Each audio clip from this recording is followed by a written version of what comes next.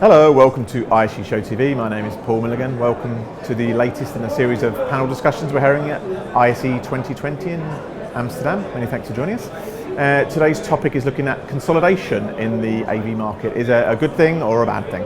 I'm joined by two members of the PSNI, so thanks to Hayley for arranging this for us. At the end is Jeff Irvin from integrators Spinitar, and next to me is George Punnoose from integrators Resurgent. So welcome, gents. Thank you. Thanks for joining us.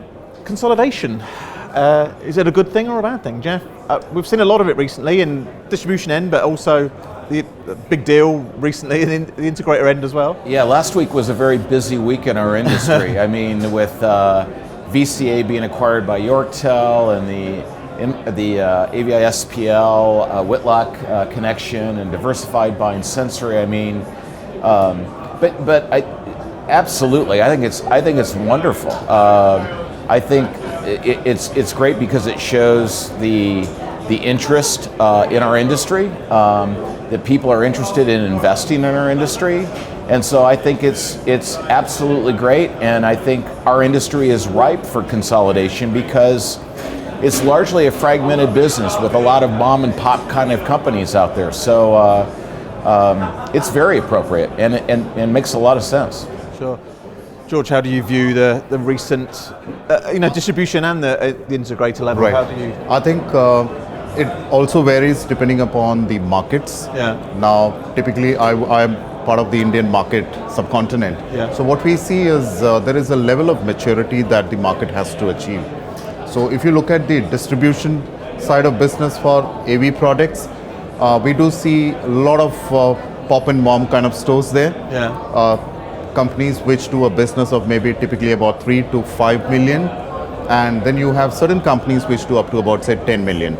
Now the key for this business to succeed is naturally when we're looking at distribution is a reach, because that's the way the business functions. Yeah. Second is in terms of the financial stability of each of these organizations. But I think what I'm looking at is, I think over the period of the next 5 years, there should be a consolidation in the Indian market at least. Most of the smaller companies would be taken over by the larger companies for the simple reason, I think there's so much of a competition which is actually coming in today, and every manufacturer wants to ensure that the product reaches the client first. Yeah. And they would want the distribution to be managed by companies which are professionally managed, have a structure around their business, and we also see the industry basically moving towards a vertical specific. And the distribution network is also moving in the same lines. So I think in the long run, consolidation is something that can't be done away with. Yeah. It's good for the end customer, it's good for the manufacturer, it's good for the system integrator, but there are certain pros and cons which need to be weighed. But overall, I feel yes, that's the way it's going to be. Sure. Jeff, there isn't a level of fear there that you felt talking to people since the AVI SPL Whitlock deal was announced that this could be a sort of Goliath that crushes everything in its path? There's no worry from the other guys in the market that this could maybe be too big? No. I think the interesting thing about that is, and I think the important thing with any of the M&A activity is that you always want 1 + 1 to equal 3. And kind of news at 10 whether or not that will be a 1 + 1 = 3, or is it a 1 + 1 = 1 or 1.5. So time will tell, but seriously, what I want it to be successful, because if our industry is successful and growing and people are investing, that's good for all of us. So okay. I want it to be all the best for them, and because it's good for the industry. Sure. I mean, it sounds similar to when we talk about people like Microsoft or Google coming into the AV sector. There's kind of an element of fear. It's like they're so big they could easily consume us all, sort of. But the other side of that is kind of what you're saying. It's like, well, the fact that these guys are showing interest in a market shows that it's a market to be interested in, and actually that's a positive. Well, and I guess the downside is the big get bigger. To be a small to middle market size integrator today will be harder and harder and harder to compete from a price standpoint, because discount schedules look maybe vastly different from one another. Also, bigger companies have the ability to be able to reinvest in their business and to offer other value-added services that maybe smaller integrators cannot. So it'll keep me anxious. It'll keep me interested and engaged and focused, and because the competition's going to get bigger, and so we as an organization have to either scale ourselves or pick some verticals and some spots that we can own, and we can be more boutique, if you will. So either be boutique and be focused, or scale with the rest of them, but don't get caught in between. Sure. I mean, are we seeing more consolidation because the market is becoming more global, do you think? I mean, you're members of a global organization, and that's growing. There are other ones. Is this just a sign of that, do you think, George? See, globalization does play a great important role, because one, with globalization, what happens is that's a benefit to the client. Yeah. He gets the product, whatever is launched anywhere. Yeah. So the speed to market is the greatest advantage of going in for distribution. The second thing is, I think Jeff touched about the value-added distribution. What the partners or the system integrator or a reseller looks at is not purely getting a product on time, but what is the other values that the distributor is able to provide along with the product. So the terminology of distribution today is slowly moving to a value-added distributor.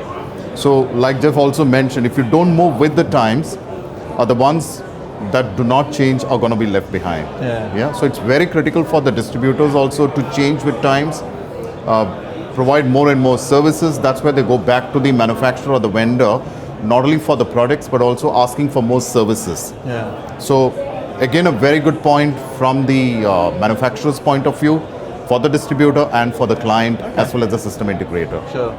Jeff, do you think this is a reaction to the market becoming a global one, that we're seeing this more M&A activity? You know, and with PSNI, I think that was one of the things that was interesting. When we joined years ago, it was really all about the networking and the benchmarking and really becoming a better business. But now it's really become the ability to be able to deploy globally for my customer. Yeah. And it's interesting, customers are expecting, even though we're a Southwestern United States integrator and a more of a regional focus, we have enterprise customers that are wanting us to deploy all over the world, and now we have the ability to do that. And I guess my surprise is the demand for global deployment now is greater than ever before, and it's the amount of work in between integrators, from integrator to integrator, amongst the 80 some affiliates. I mean, it's phenomenal. It's shocking. But I guess to grow your business, you've got to go after those bigger contracts, and invariably they're going to be global rollouts. Absolutely, absolutely. Yep. And you're seeing that in India as well, yeah? India as well, because we see a lot of companies from US coming and setting up India as an IT hub. And we see companies like Microsoft, Amazon, Intel, you name it, and they've got multiple campus facilities in India. Yeah. So that actually, again, like we spoke earlier, it calls for kind of providing a kind of a project management or a design or a support after sales, etc., at the highest levels. And I think that's where PSNI also plays a great important role to ensure that the bar is actually raised for the members. The members are able to kind of provide a quality work, and the client is assured. I mean, if we were to go with a PSNI affiliate in a particular country, he's assured of the performance.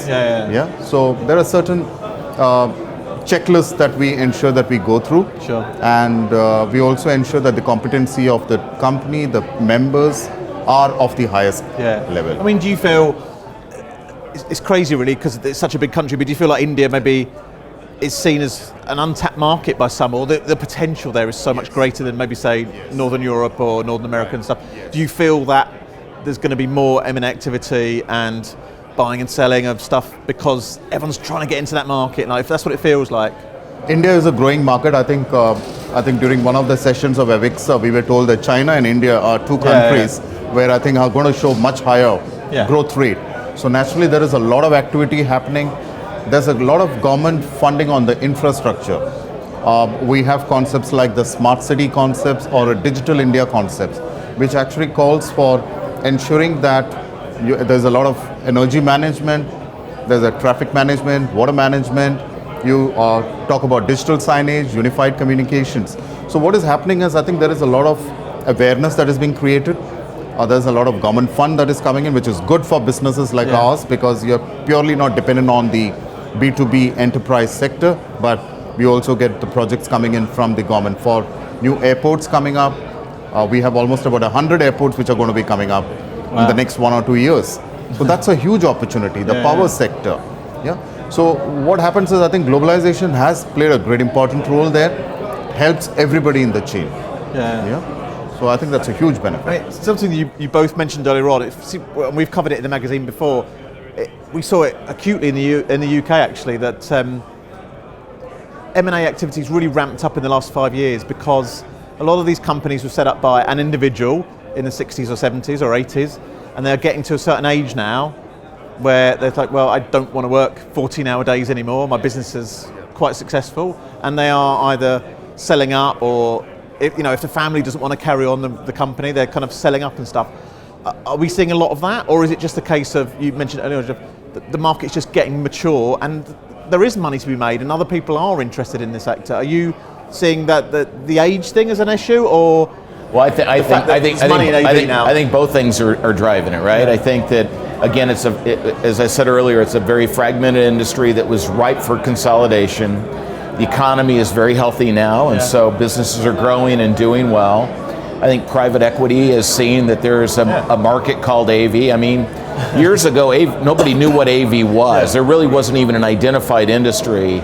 Now we're known. Now we're not a nice to have, but we're literally a gotta have. Yeah. And then I think also too, the baby boomers are coming of age, right? And people that are my age or maybe a little bit older are interested in taking some of the money off the table and maybe slipping into retirement. So it's all these stars are aligned right now, and that's why we're seeing the activity that we're seeing. See, I just wanted to add to what Jeff said. See, the other kind of thing that we see in the AV industry is the lines between AV and IT have kind of blurred. I mean, it's kind of almost become one. So what we are seeing here is it's not pure only the AV companies, but today we are seeing a lot of IT companies, large IT companies wanting to get into the AV. So that's a totally different scenario. Yeah. Now here we could see maybe going forward some kind of a mergers taking place. Maybe the larger company wanting to acquire the smaller companies so that the expertise comes in. Because at the end of the day, the relationship is sitting with the IT companies, with the IT heads.